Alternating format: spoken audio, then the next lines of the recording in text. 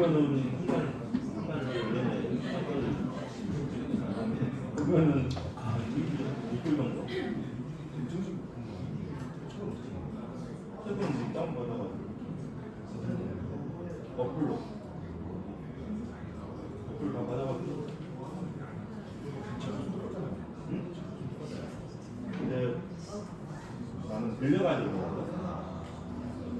돈 안 나가. 빌려가지고 보고 돈도 안 나가고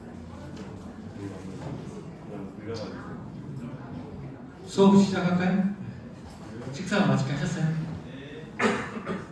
여기 반찬 괜찮나요? 네. 가장 반응이 좋았는데 오후는 진짜 좀 빨리 나갈게요.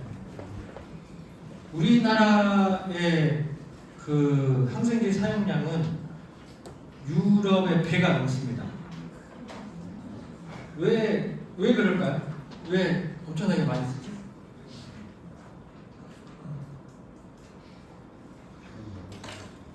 우리나라는 사계절이 분명하고 실제적으로 여러분들 축산학과 다니시는 분들이 많기 때문에 겨울철과 같은 경우는 환기를 잘 안 시킵니다. 혹시 농장 겨울철에 혹시 가본 분 계세요? 돼지 농장 어떻던가요? 그 농장이 어떤 시설을 가셔야 따라 좀 차이점이 있는데 네. 근데 그 부천공사 같은 데는 환기 시스템이 좀 많이 많이 다 달라졌어요. 그런데 진짜 예전에는 네. 임시공사 같은 경우는 거의 환기 못 시키죠. 네. 맞습니다. 거의 제가 10년 전에 농장 가면 그 농장에 딱 들어가면 습도가 매우 높거든요. 농장 안에. 그래서 안개가 우선 딱 이렇게 습기가 차 있고 그 다음부터 또 느끼는 게 뭐냐면 호흡을 할 수가 없어요. 이렇게 딱 한 번 호흡을 딱 하면 그 안에 엄청나게 심한 암모니아 가스 냄새가 확 압도를 합니다. 그리고 난 다음에 안경을 벗고 돼지들을 관찰을 하면 거기에 있는 돼지들은 눈이 완전히 빨개요. 완전히 빨갛고 실제적으로 진짜 심한 애들은 여러분들 자세히 그 도축 검사 하기 전에 유관 검사 할 때 보시면 여기에 있는 안검이 엄청나게 커져 있는 애들도 보일 거예요. 안검이 이렇게 확대되어 있는 애들이 보일 거예요. 그런 애들은 실제적으로 엄청나게 열악한 환경에서 암모니아랑 처음 태어날 때부터 6개월 살잖아요. 6개월 죽을 때까지 좋은 공기를 한 번도 마셔보지 못하는 그런 스트레스를 받는 거고 환경에 대한 스트레스를 받기 때문에 면역력이 엄청나게 떨어집니다. 엄청나게 떨어져 있는 상태에서 계속 거기서 살아야 되기 때문에 쉬운 질병도 실제로 잘 낫지가 않아요. 개체가 멀리 떨어져 있거나 안정적이거나 위생 상태가 좋은 애들은 바이러스 세균이 들어와도 면역력 상태가 워낙 좋기 때문에 이겨낼 수 있지만 아까 그 60대 남자분이 살모넬라 걸려서 죽은 것처럼 면역 상태가 안 좋은 사람들은 그런 단순한 질병에 대해서도 엄청나게 폭발적으로 증상을 일으켜요. 그래서 우리나라 축산 농가들은 그런 안 좋은 환경을 어떻게 극복하냐? 약으로 극복합니다. 약으로 우선 처방해요. 호흡기 왔어? 호흡기 당연히 왔다고 생각하고 그러면 약부터 합니다. 환기 그런 거 생각하지 않고. 왜냐면 환기를 시켜버리면 난방비가 더 많이 나가잖아요. 그 공기 안에 공기를 데우려면 난방비가 더 많이 나가잖아요. 그렇기 때문에 동물에 대한 복지를 생각하지 않고 동물을 그냥 기계로만 생각하고 그렇게 하는 거예요. 그리고 실제적으로 항생제를 많이 쓰고 그래서 우리나라 사람들이 실제적으로 외국에 나가서 치료를 받으려고 하면 외국의 외국에 가서 우리가 치료를 받으려고 하면 우리가 가지고 있는 항생제의 2, 3단계거든요. 우리는 실제로 2, 3단계 항생제를 써요. 근데 외국에서는 1단계 항생제, 1세대 항생제, 2세대 항생제를 쓰면 낫는데 우리나라 사람들은 1, 2단계를 집어넣습니다. 스킵했어요.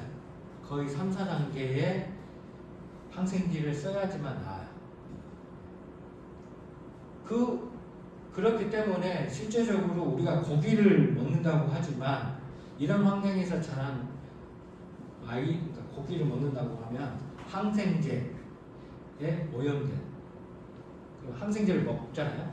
먹으면 실제적으로 내 분변 안에 내 장내에 있는 그 항생제 저항 유전자들이 계속 다른 유전자들이랑 서로 정보를 교환합니다. 항생제 내성 유전자들 서로 정보를 교환하기 때문에 실제적으로 내 안에 있는 장내 미생물충은 아까도 말씀드린 것처럼 2, 3세대를 항생제를 맞아야지만 나을 수 있어요. 근데 더 중요한 것은 혹시 여러분들 그 감기 걸리면 의사가 보통 3일에서 4일 정도의 약을 처방을 해주잖아요. 혹시 그거 3일간 다 먹은 사람, 증상이 좀 좋아져서 그냥 나는 증상 좋아지면 끊는 사람 혹시 한번 알아볼까요? 나는 끝까지 다 먹는다. 두 사람, 세 사람, 오케이. 나는 증상이 좋아지면 그만둔다. 증상이 좋아져서 그만두는 사람은 그 안에 세균은 계속적으로 정보를 또 교환합니다. 그러니까 의사가 처방해주는 그 약은 다 먹어야 돼요. 그래서 내 안에 있는 그 세균의 정보를 못 주게 아예 끊어야 돼요. 만약 거기서 살아남는다 그러면 또 항생제 내성균이 내 몸에 있는 거예요. 그러니까 의사가 처방전 했으면 그 약을 끝까지 먹으라고 얘기하잖아요. 다 그런 얘기인 거예요. 우리 결핵 환자들이 1세대 결핵 처방을 해주고 만약에 몸 상태가 좋아졌어 안 먹는다 그러면 그 사람한테 2세대를 주거든요. 3세대를 줘요. 그것도 이제 안 돼. 4세대를 줬는데 그 사람이 또 항생제 내성균이 발생했다 그러면 그 사람은 죽을 수밖에 없습니다. 그런 것처럼 실제적으로 우리는 항생제와 싸우고 있어요. 그 업무를 실제적으로 농가에서 너무 많은 항생제 사용을 막기 위해서 항생제 검사를 여러분들 샘플링을 하잖아요. 1년에 몇 개씩. 그 업무를 하고 있는 거예요.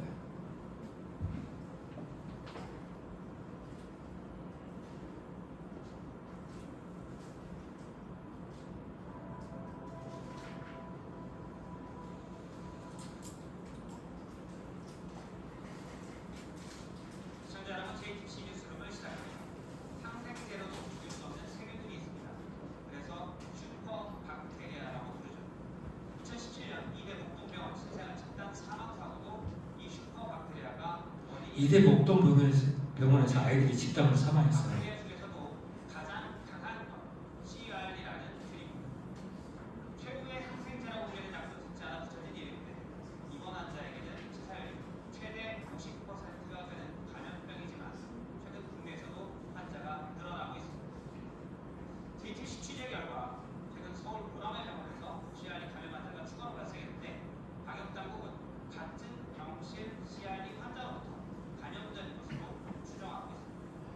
위험한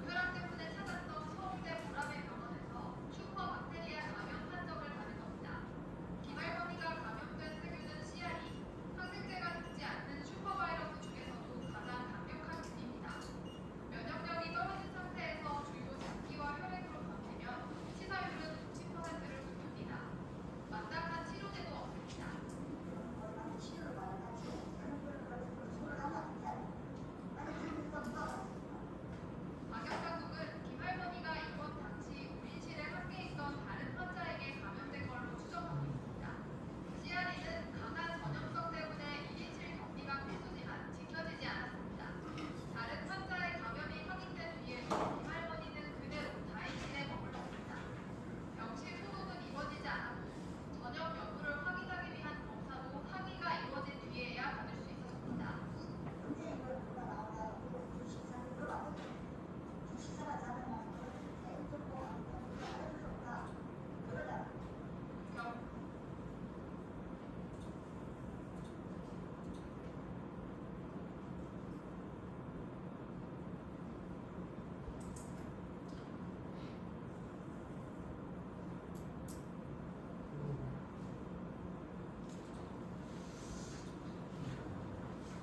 시청자 여러분, JTBC 뉴스룸을 시작하겠습니다. 항생제가 듣지 않는 세균을 흔히 슈퍼박테리아라고 하죠. 막연한 공포 정도라고만 생각했던 슈퍼박테리아의 습격이 이미 현실이 될 수도 있다. 이런 연구 결과를 JTBC 취재진이 입수했습니다.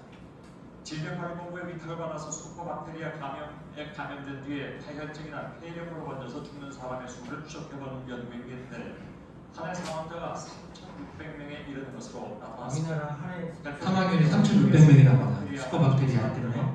물론 다른 병을 앓고 병원을 찾는 환자들이지만 슈퍼박테리아가 사망의 직접 원인이 됐거나 앞당겼다는 것이 연구진의 설명입니다. 먼저 배양식 기자의 보도. 슈퍼박테리아에 감염된 아버지의 이름을 나는 지키지 못했습니다. 우리한테 감염이 있으니까 돌아가실 때 그 들어가지 말라고까지 한 거예요. 우리 아빠 죽을 때까지 그거를 갖고 가셨어요. 윤 씨 아버지가 감염된 건 유이 아닙니다. 가장 강력한 항생제 중 하나인 반코마이신에 죽지 않는 균이었습니다. 강한 항생제를 쓰면 여기 몸에 모든 심장이 다 상해버린대요. 그리고 사람도 죽고 그 균도 같이 죽는데요. 분당서울대병원 김홍민 교수 연구팀이 질병관리본부의 위탁을 받아 슈퍼박테리아 감염과 그로 인해 숨지는 사망의 수를 추적 조사했습니다. VRE를 포함한 6가지 대표 슈퍼박테리아 감염 현황만 조사했는데 이 균에 감염된 뒤 폐혈증과 폐렴에 걸리는 사람은 한 해 9천여 명, 이 중 약 40%인 3,600여 명이 숨지는 거로다. 한 사망률이 40% 정도 되는 거예요.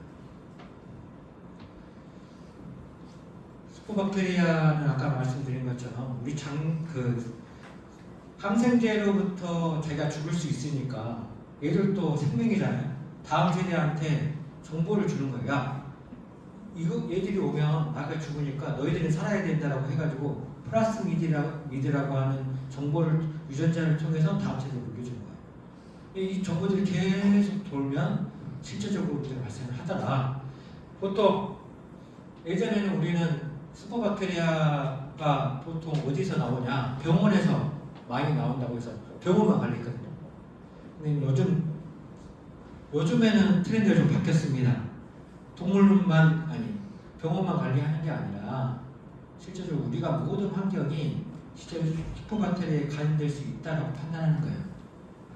이것 때문에 예전에는 의료기관을 통해서 이 사람이 슈퍼박테리아에 감염됐다고 생각을 하지만 최근에는 이 사람이 분변을 통해서 오염시키면 이 분변에 있는 하수구를 통해서 오류라든가 그 다음에 그 안에 있는 하천에 오염되겠죠.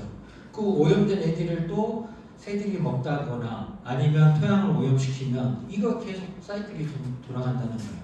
그래서 원헬스가 중요하다라고 얘기를 하고 있습니다. 빨리 해야 되겠다. 보통 여러분들 오시면 이제 토요일에 도축 검사하죠.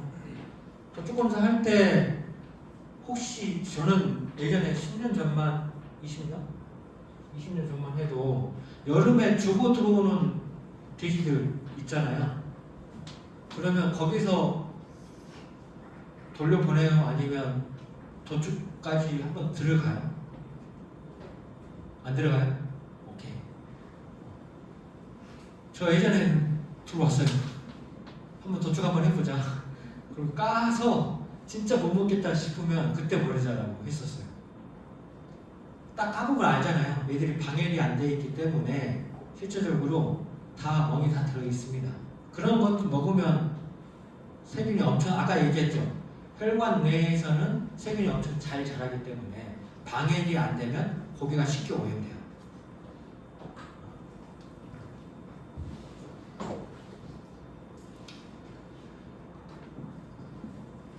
고기 중에 어떤 고기가 가장 많이 오염이 된 것 같아요?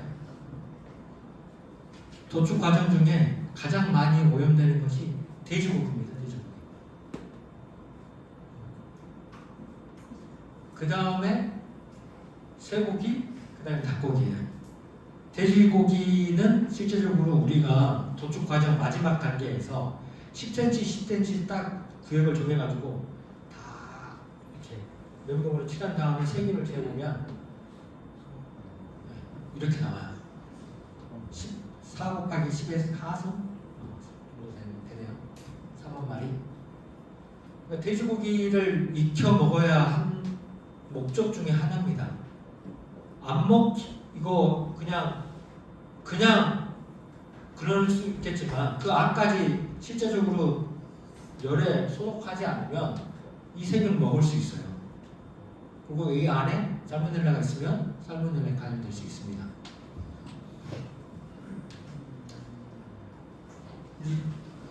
지금부터 이제 현장 좀 얘기를 해볼게요.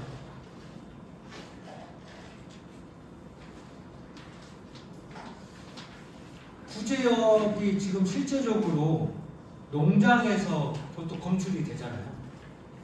그죠? 구제역이나 조류 인플루엔자나 그 다음에 뭐 현장에서 럼프 스킨병이라든지 도축장에서 검출되는 사례가 있었나요? 국내에서? 제가 봤을 때는 없었던 걸로 기억합니다. 근데 실제적으로 도축장이 그것을 다 막아내서 안 걸렸을까요? 유출을 해보면 구제역이 발생했어. 근데 발생 신고하기 전에 출하할 수 있잖아요. 농가 입장에서는. 난 진짜 악한 생각이 갖고 있다고 생각하면 증상이 보여. 그 전에 출하할 수도 있잖아요. 이렇게 많이 구제역이나 조류 인플루엔자가 나왔음에도 불구하고 도축장에서는 한 번도 그 스탠바이 그런 상황이 한 번도 발생하지 않았습니다. 이건 제가 봤을 때는 우리 시스템이긴 하지만 여러분들 잘못이 아니기도 하지만 실제적으로 이것을 잡아낼 수 있는 CPX 훈련을 우리는 한 번도 해보지 않았어요. 그냥 어떻게 해야 될지도 모르고 실제적으로 이거를 감당할 수 있을 정도의 그런 마인드가 좀 내가 봤을 때는 부족하지 않았을까 생각이 들어요. 만약에 구제역이 딱 겨울에 발생한다고 하면 여러분들은 실제적으로 가장 먼저 봐야 될 게 뭐냐면 침을 많이 흘리는 것을 봐야 돼요. 침을 많이 흘린다. 그러면 여러분들이 침을 많이 흘린다고 생각을 했을 때 여러분들이 가지고 있는 침을 많이 흘린다는 그 기준이 있어야 돼요. 도축장에 들어오면 침 흘리는 애들이 많거든요. 침 흘리고 들어오는 애들 많아요. 왜냐하면 이동하는 공간에 엄청나게 스트레스를 많이 받기 때문에 침을 많이 흘려요. 그렇지만 이 애들은 내가 생각했을 때보다 훨씬 더 침을 많이 흘리네? 라고 하면 여기에서 만약에 침을 많이 흘린다고 생각이 들면 그 다음부터는 입을 까봐야 되는 거예요. 다 입을 까볼 수는 없잖아요. 이걸 많이 봐야 됩니다. 이걸. 평상시에 실제적으로 소들이 얼마나 많이 침을 흘리는지 여러분들 경험으로 알고 있는 바운더리를 정하셔야 돼요. 그리고 난 다음에 침을 많이 흘리는지 확인해야 되는 거예요. 그리고 난 다음에 침을 많이 흘렸어. 얘는 좀 내가 알고 있는 범위보다 좀 높네 라고 하면 입을 까봐야 돼요. 다 입을 깔 수는 없잖아요. 그리고 난 다음에 또 자세히 봐야 됩니다. 어디를?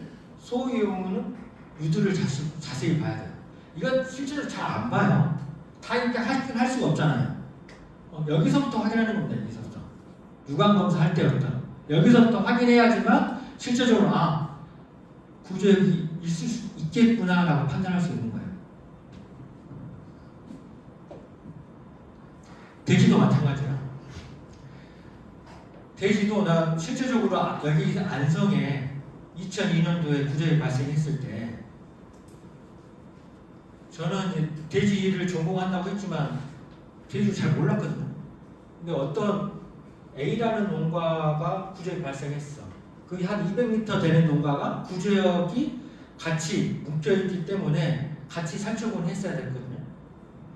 A라는 농가는 확실히 구제가 발생했었고 B라는 농가는 실제로 예방적으로 살처분을 하는 건데 제가 살처분 아침에 딱 들어갔을 때 그때 당시에 살처분을 누구랑 했었냐면 군인들이랑 같이 했어요. 그래서 저한테 제가 이제 그 살처분을 할 때 그 담당자였으니까 한 군인애가 이거 발톱이 빠지는 게 몇 개 보입니다 라고 얘기하더라고요. 그래서 나는 원래 그때는 농장 상황을 몰랐기 때문에 원래 농가에서는 발톱이 빠진 애들이 있을 수 있을 거야 라고 판단을 하고 야 그런 거 좀 농장에 있을 수 있어 라고 그냥 계속 작업했거든요. 그런데 오후 정도 되니까 점심 먹을 정도 되니까 발톱 빠진 애들이 엄청나게 많아진 거예요. 그래서 어떻게 되냐, 얘들이 발톱이 빠지니까 얘들은 발톱으로 걷는 거잖아요. 맨 처음에는 작업 속도가 엄청나게 빨랐어요. 이게 뭐라 해야 되니까. 근데 나중에는 얘들이 발톱이 빠진 게 너무 아프니까 무릎으로 걸어 다녔어요. 그래서 작업 시간이 엄청나게 많이 걸렸어요.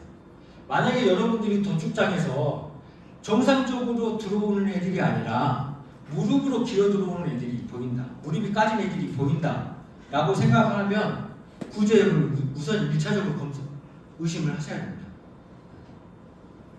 못 걷고 있던 애들, 그런 애들 자세히 보셔야 돼요. 그리고 난 다음에 실제적으로 자세히 봐야 돼요. 주둥이를 자세히 봐야 돼요.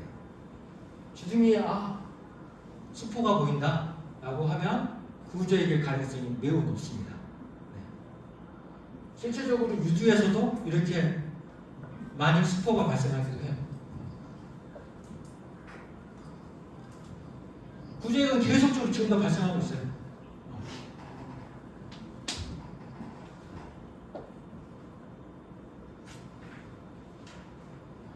지금 아프리카 돼지 열병 시즌이죠. 아프리카 돼지 열병의 특징 중에 하나는 열이에요. 열. 만약에 돼지들이 실제적으로 트럭에 딱 있을 때 이렇게 몰려 있거나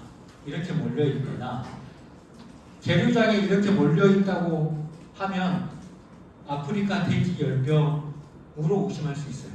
특히 여름에는. 왜냐? 여름 같은 경우는 자기의 체온이 너무 높기 때문에 애들이 다 뿔뿔 흩어지거든요. 자기 체온을 나누려고 하지 않아요. 근데 이렇게 모여있다 그러면 자기 체온을 최대한 아끼기 위해서 이렇게 모이는 거잖아요. 그래서 이렇게 겨울에 모여있고 자세히 보니까 귀에 이렇게 발적, 충혈, 송혈이 보인다라고 판단하시면 아프리카 돼지열병 의심을 하셔도 됩니다.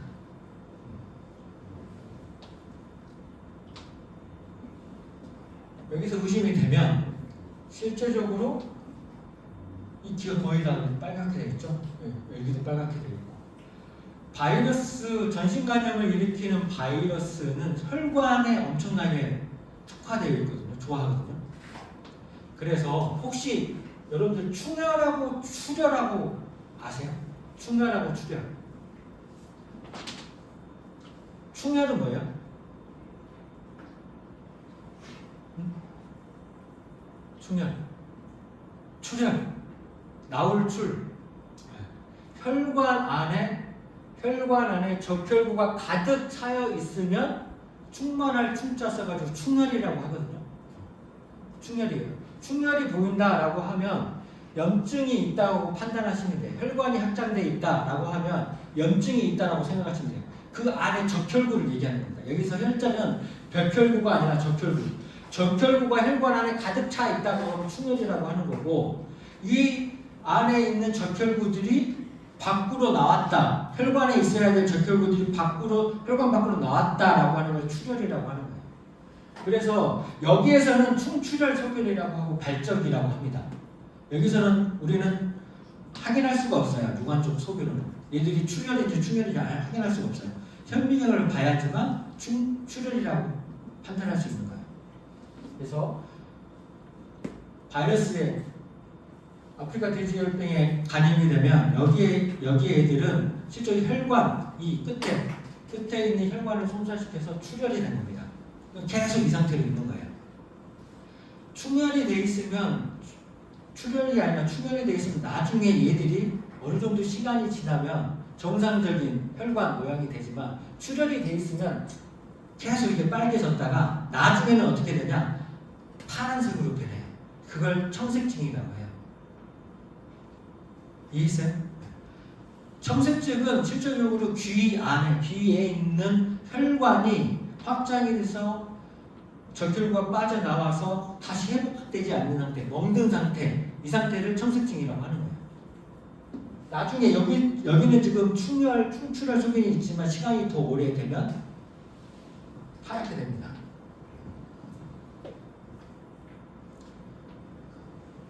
그리고 가장 큰 특징 중에 하나는 비장종대입니다. 비장종대. 저한테 만약에 충출혈 소견이 보였어. 전시적인 충출종 소견이 보였어. 까보니까 얘들이 비장이 엄청 커져 있네? 라고 하면 바로 여러분들 작업 속도를 늦춰라고 얘기하셔야 돼요. 그리고 자세히 보셔야 됩니다. 그때부터. 이건 여러분들이 잡아내야 돼요.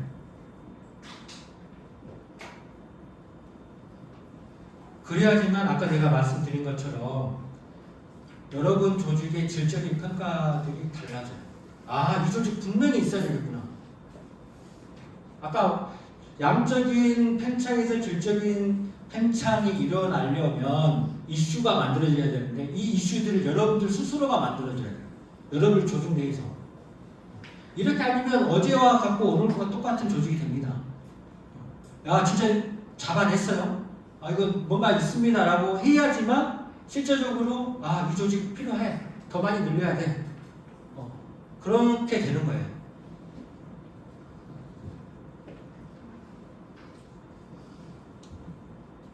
아프리카 돼지 열병의 폐 사진이에요.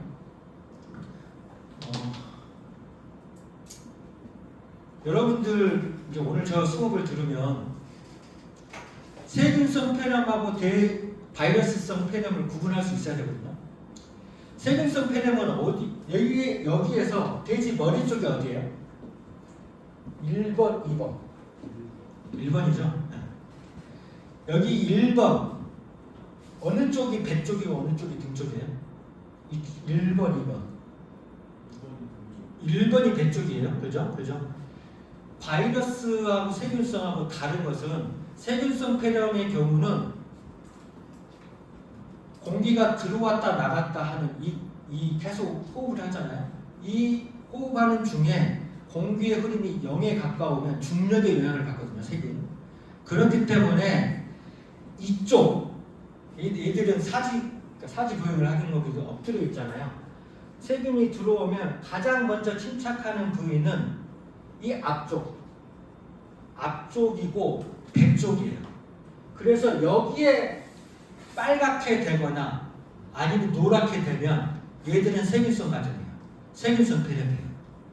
다시 얘기해 주기 중요한 거니까. 세균은 바이러스보다 무겁기 때문에 호흡을 통해서 세균이 들어오는데 세균은 공기의 흐름이 0일 때 가장 먼저 침착하는 부위는 배 쪽이고 앞쪽이에요.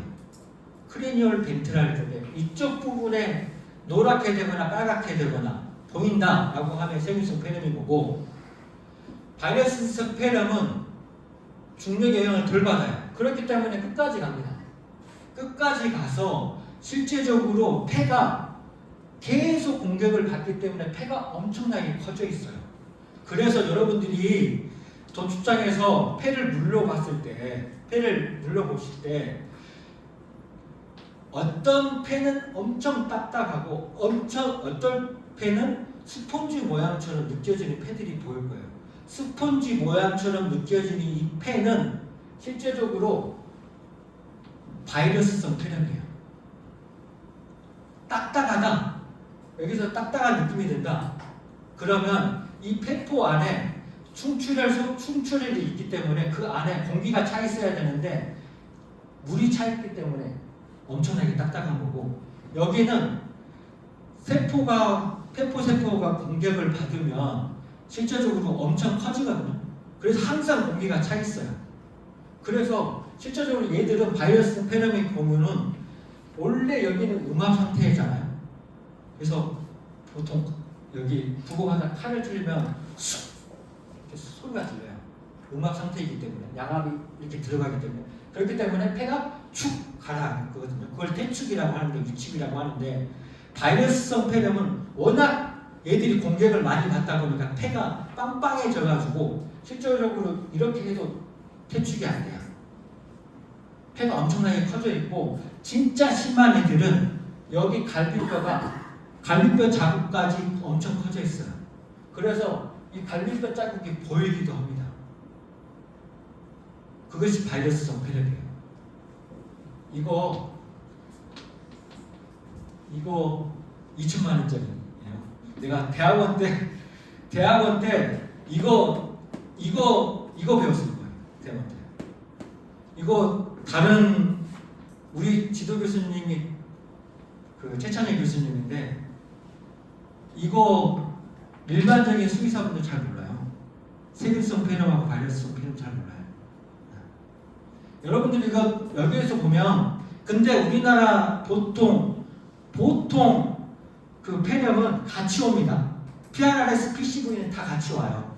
그렇지만 여기 안에 이렇게 보인다 그러면 같이 왔지만, 여기 보인다 그러면 세균성 폐렴이 같이 보이는 거예요. 일단 제가 퀴즈를 내드릴게요. 아프리카 돼지열병의 특징 중에 하나는 세균 친화성, 아니 혈관 친화성이라고 그랬잖아요. 여기에 이렇게 보이는 것들은 출혈입니다. 출혈. 원래 정상적인 애들은 이렇게 점처럼 빨갛게 되어 있는 것들이 안 보여야 돼요. 근데 보이잖아요. 그러면 출혈이 된 건데, 어디서 출혈된 거예요? 모세혈관이 빵꾸 나서 출혈이 된 거잖아요. 그러면 얘는 문제가 있다고 판단하시면 되는 거예요. 어떤 조직이 이렇게 점성으로 이렇게 빨갛게 보인다라고 하는 것은 세균이 여기 안에, 아니 병원체가 여기 안에 혈관을 공격했기 때문에 출혈이 된 거예요.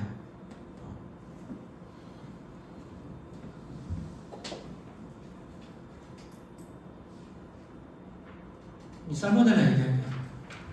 살모넬라는 여러분들이 잡아내야 되는데, 잡아낼 수 있는 방법 가르쳐줄게요.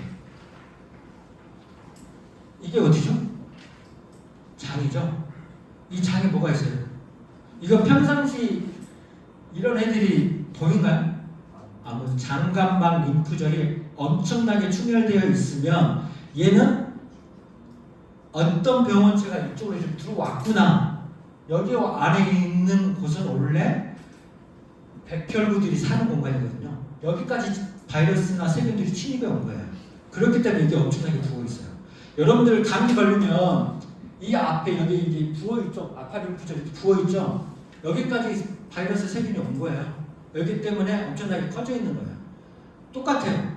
장에 바이러스 세균이 오면 이거 엄청나게 커져 있어요. 아, 그러면 얘는 뭔가 지금 들어왔구나 생각하시면 돼요. 그러면 여러분들은 지금 작업이 엄청나게 빨리 일어나고 있지만, 아 잠깐만 이거 속도를 좀 줄이고 좀 봅시다라고 이렇게 하셔야 돼요. 이건 볼 수 있잖아요. 이건 잘리지 않는 상태에서 여러분들 쉽게 볼 수 있잖아요.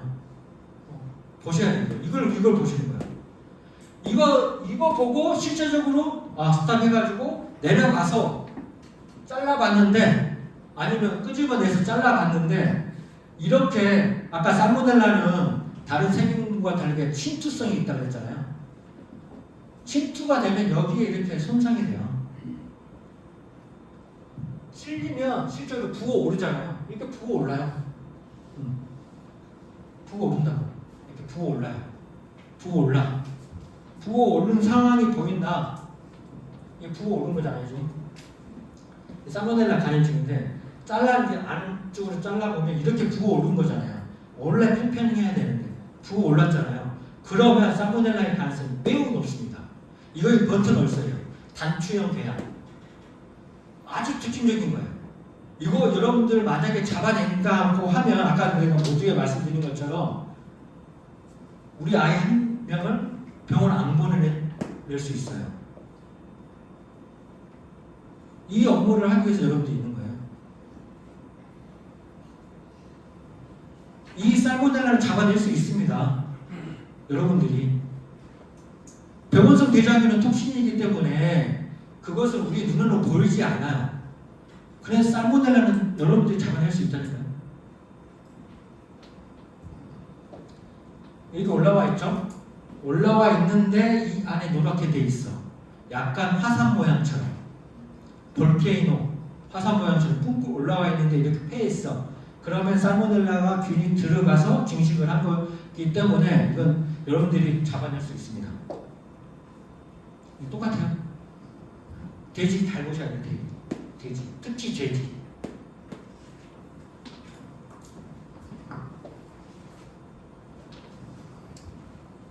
만약에 거기에서 상처가 났는데 상처난 애들끼리 서로 원래 조직이 손상이 되면 훨씬 더 조직이 수축이 되거든요. 그 나중에 수축이 되면 서로 이렇게 융합이 되면서 항문이 좁아져요. 그렇기 때문에 변비가 일어납니다. 그러면 여기 안에 세균들은 엄청 더 잘 살겠죠? 네.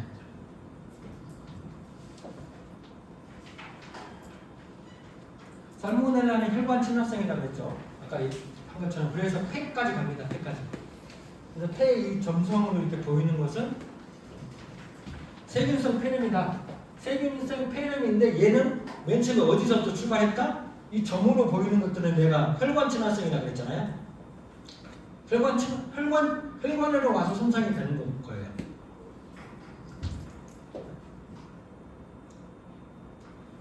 결핵 얘기할게요. 손은 결핵인데 만약에 여러분들이 어떤 조직이 봉구도 올라와 있어요. 이걸 결절이라고 합니다. 정상적인 것보다 훨씬 올라와 있어. 이걸 결절이라고 하는데 결절은 잘라보면 보통 노랗게 나오는 경우가 있어요. 그렇죠? 이렇게 노랗게 나오는 경우 그것을 환웅이라고 합니다. 환웅이라고 하면 보통 세균성 간염이에요. 세균성 간염인데 잘랐어. 근데 물이 안 나오고 스르르 약간 그 느낌이 모래알을 쓰는 듯한 느낌? 약간 반드시 안 잘려 스르르 느낌이 난다라고 하면 이것은 결절일 가능성이 매우 높습니다. 만약 여기서 장에서 이런 결절들이 보였다라고 하면 장만 보는 거 아니에요. 왜냐하면 얘들은 다른 장기들도 다 친화성이 있기 때문에 여기뿐만 아니라 장에 있다고 하면 이 횡격막 다른 장기까지 다 세세하게 보셔야 돼요. 혹시 이거 본 사람 있어요? 결핵결절? 나이 드신 분들은 많이 봤을 것 같은데. 이거 많이 있어요. 이거 잡으셔야 돼요. 안 그러면 결핵 걸릴 수 있습니다, 여러분들이. 그리고 여러분들 결핵 실제적으로 작업하다 보면 저는 결핵 있다고 나왔거든요. 나 어릴 때 군대에 가기 전에는 결핵이 없었는데 도축적 작업했어서 그런지 모르겠지만 결핵이 조그맣게 나왔어요.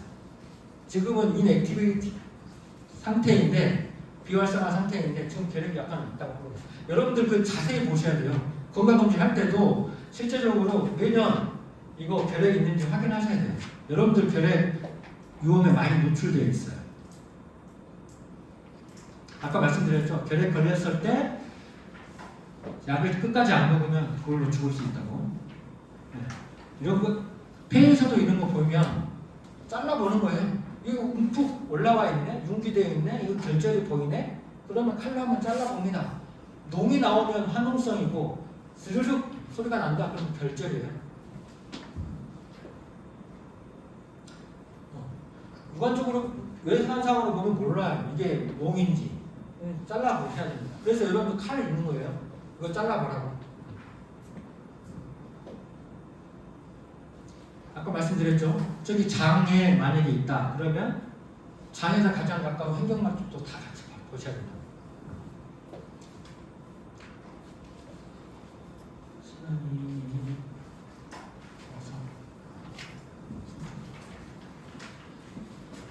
이제 이거 세균성 폐렴입니다. 세균성 폐렴 내가 말씀드렸죠? 머리 쪽에 그 다음에 배 쪽에 노랗게 빨갛게 보이는 애들은 세균성 폐렴입니다. 이거 엄청나게 많이 보이지 않아요? 심한 애들은 여기에 있는 노란색 애들이 어디까지 붙어 있어요? 횡격막까지 붙어 있어요. 그래서 흉막 폐렴이라고 해요. 흉막 폐렴. 폐렴은 폐렴인데 진짜 애들이 진행이 많이 돼서 횡격막까지 붙어버리는 거예요. 그럼 얘들은 숨을 쉴 수가 없겠죠. 그렇기 때문에 죽을 수 있어요. 횡격막 폐렴은 나이 든 애들도 또 많이 보입니다. 그리고 만져보면 딱딱해요.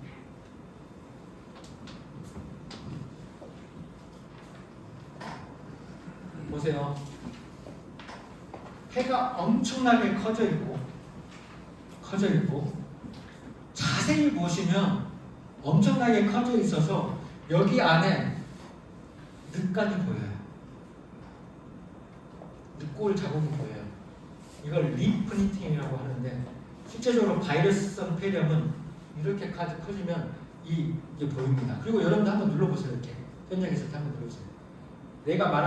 내가 다 표현할 수 없지만 스펀지 만지는 느낌, 공기가 가득 차 있는 스펀지 만지는 느낌이 걸리는 이건 바이러스성 폐렴입니다. 여러분들 나중에 보시면 이건 바이러스성 폐렴입니다. 이건 세균성 폐렴입니다. 구분할 수 있어야 돼요. 그래서 전문가죠.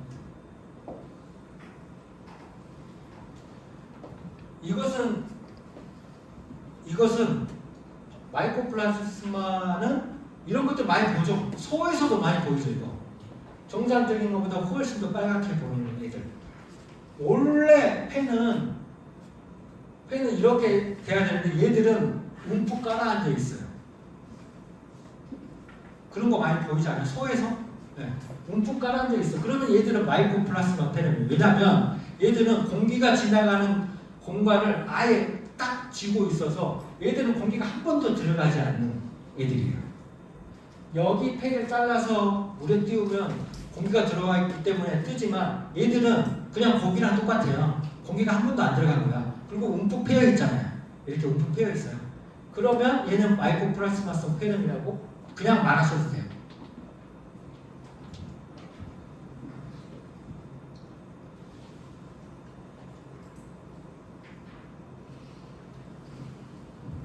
만약 결절이 보였다.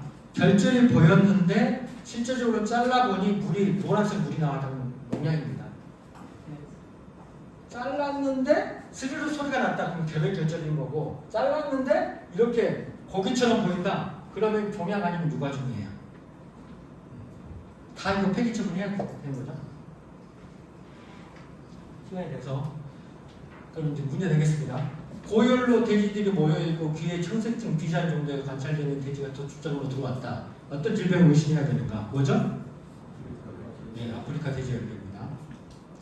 폐에서 하얀색으로 돌출된 병변이 관찰되었고 자세히 보니 횡격막에도 작은 병변들이 관찰되었다. 어떤 질병을 의심해야 되는가? 소에서 뭐죠? 결절. 잘랐을 때 이런 돌출된 병변들이 하얀색 병변들이 관찰되었고 횡격막에서 관찰되었다. 그러면 결핵결절일 수 있습니다. 장에서 단추 모양의 궤양 소견이 다수 관찰되었다. 어떤 질병을 의심해야 되는가? 네? 살모넬라입니다. 그 다음에 RSRG 폐렴의 원인은 뭐죠? 바이러스성입니다.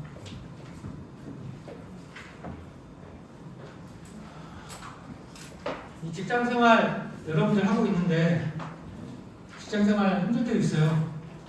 옆에서 같이 술 마시고 그런 친구들이 필요하다고 생각이 됩니다. 오히려 집안에서 나누지 못한 직장의 어려운 부분들은 동료들이 풀어주는 경우가 많거든요.